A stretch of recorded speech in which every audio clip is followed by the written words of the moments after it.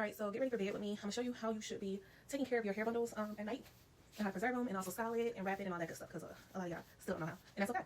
I'm going to show you. So really quick, show you guys what you need. You need your wig brush, paddle brush, whatever you want to call it. I like to use Design Essentials Hair Tonic.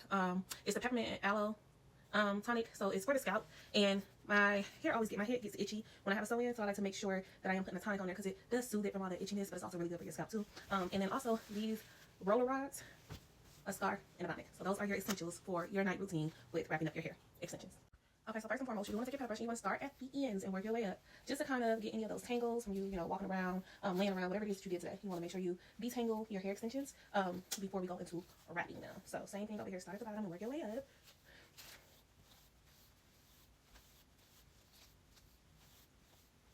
Just like that. Pull these so I didn't catch. Make sure you get all of it now. I like to really focus on the part that's at the nape, which is like your neck area, because that's where a lot of heat and friction is. Heat is trapped and a lot of friction takes place when you move your head around. So you definitely want to make sure that you are detangling there, so that way your hair won't be too bunched up and tangled up there. So this is what it should look like after you have brushed it out completely. And now we're going to get into adding the tonic on. Alright, so this is what it should look like. You gotta run your hands through it. If you run into any kinks, go ahead and brush it out. You don't want it to be any kinks in your hair. Alright, so boom. Okay, next thing, you want to take your soothing hair tonic. This one, let me tell you what's in it, because it's really good for hair. I have seborrheic dermatitis too, so that's another reason why I like to take care of my scalp, because I can't get to it that often, and before it starts flaking up, I like to use this because it has the peppermint oil in it, and also has eucalyptus and tea tree oil in it too. Let me make sure. I think those are some of the ingredients in here.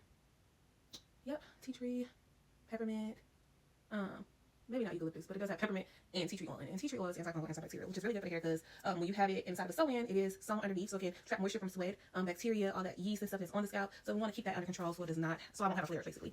And it comes with this tip. Now, this is my at-home one, so I'm going to use this on myself. If this were a one for like the shop, I would definitely not use this applicator. I would have to like apply it to my fingers or something, a Q-tip, cotton ball, or something to get in there. But find any opening, squeeze a little bit in, definitely get around the rim and all the parts that are exposed where your natural hair is.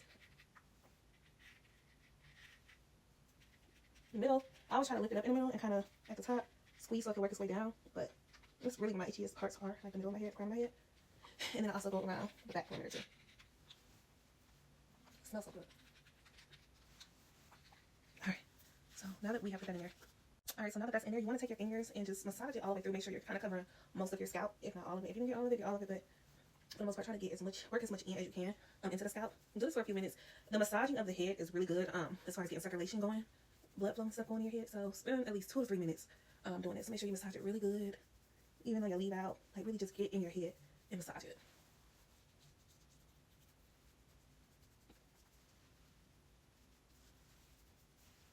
Alright, so now that that's massaged in, sorry, that's the website notification. Now that that's massaged in, we are going to do our rollers now. So I like to use 6 of them, 3 for each side. You are free to use it how you want. They typically come in sets of 3 anyway. But the little bin place, Wild Bins by me, they had a nice little sale. It was all $1, so I bought a few of them. So I use 6 of them. And what I do is I take my little portion, my front. I always start at the top, and a lot of people start at the bottom, work their way up. I start at the top and work my way down, only because I want to make sure that my top curls are good and set.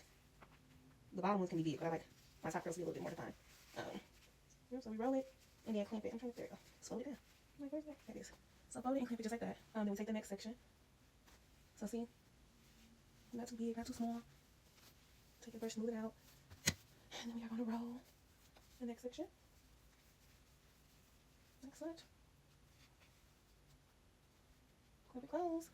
Boom, and then go into the third one. We do this on this side, and we repeat on the next side. All right. Roll it, tuck it. Roll this part and tuck it. Alright, so side one's done. Let's get into the second side. Follow the same type of flow. The top portion first, then we'll go into the mid one. My top portion is always my smallest portion, I'm not gonna lie. Because again, I like my curls very defined.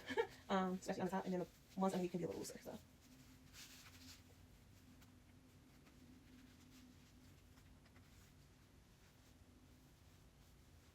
and make sure you have all the hair, because at this point, anything left over needs to go with these. Alright, so we're gonna split this one in half.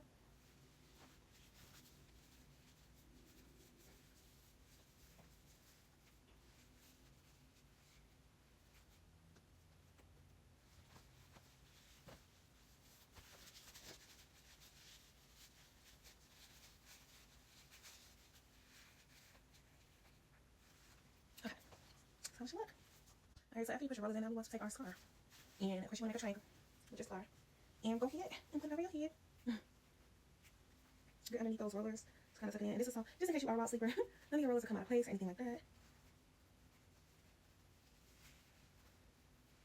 And what I like about these rollers is they are soft, so they don't like hurt my head or nothing when I do have to put my scarf and stuff on. It'll make it uncomfortable rather than sleeping in. So, boom, so hold it in place, and then we slap that bonnet right on top, and that's it. There you go. That's how you protect your hair and get a good night's rest.